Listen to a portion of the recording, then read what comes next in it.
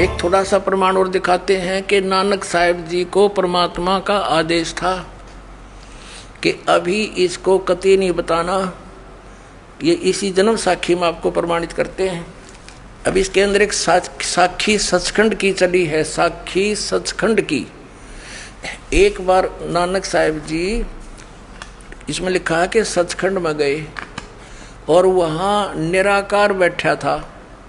अब ये भी इन महापुरुषों ने इस ज्ञान को थोड़ा सा गोलमोल ही करना था, नहीं तो इनके समझ में आ जाती है। क्योंकि राधा स्वामी पंथ तो चला ही गुरु नानक देव जी के समर ग्रंथ से ही।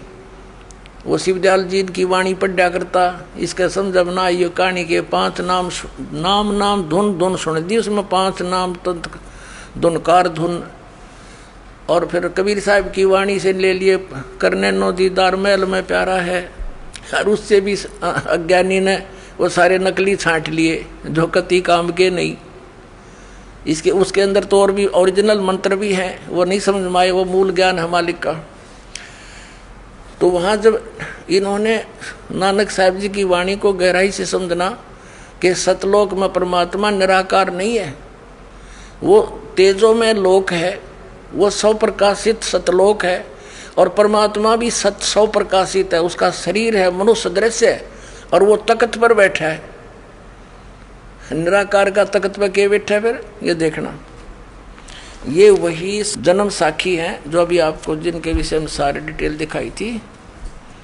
ये अब इसके 275 पृष्ठ पे आपको 275 पृष्ठ पे साखी सचखंड की यह देखना। आगे साखी सचखंड दी चली, ता गुरु नानक जी धुर सचखंड दरबार में जाई पहुँचे, जहाँ बड़ा प्रकाश है और प्रकाश रूप तख्त के ऊपर सत निरंकार ज्योति स्वरूप बैठे हैं। देखा, अब संतों के कोड वर्ड को वो क्या समझे। अब संपूर्ण जगत अवतार, संपूर्ण जगत अवतार हाथ जोड़कर खड़े हैं। अतः बाबा नानक जी ने जो कोटान सूरज के समान, करोड़ों सूर्य के समान प्रकाश है और कोटान चंद्रमा जैसा शीतल इसका प्रकाश है, उस सच्चे प्रकाश विखे प्रवेश कीता। यानी उस सतलोक में प्रकाश ही है बहुत। उस ज्योत रूप भगवान की स्तुत करी, अस्तुत यानी प्रार्थना की, स्तुति करी।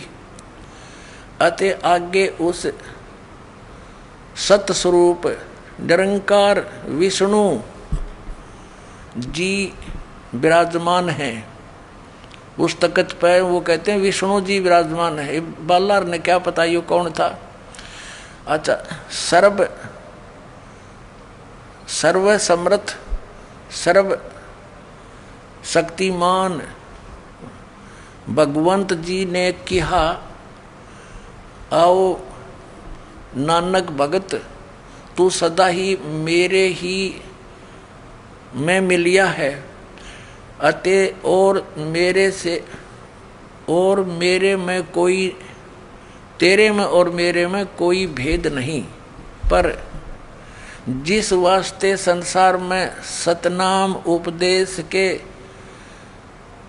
जपाउन के वास्ते गए से सो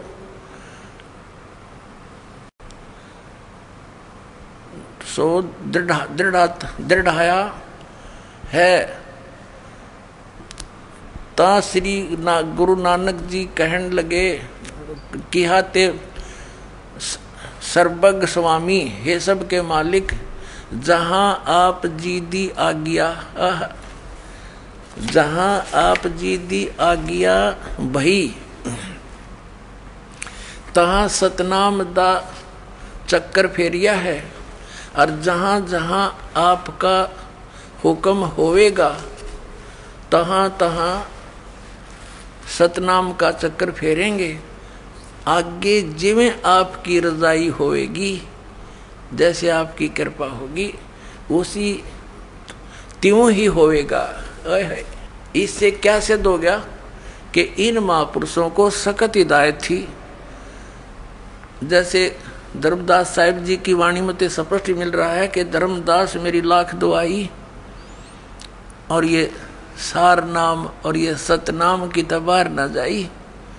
ये सार नाम बार जो पढ़ी बिचली पीढ़ी हंसली तेरी। आप बिचली पीढ़ी के हंसो पुण्यात्माओं। अब परमात्मा ने कह रखा कि पूरे विश्व में इस सतनाम के आधार से सार नाम प्राप्त करके पूरे प्राणी, सभी प्राणी जो इस नाम को ग्रहण करेंगे इस दास से, सारे सतलोक चले जाएंगे। ये ऐसे मोक्ष होगा। बोलो सतगुरुदेव।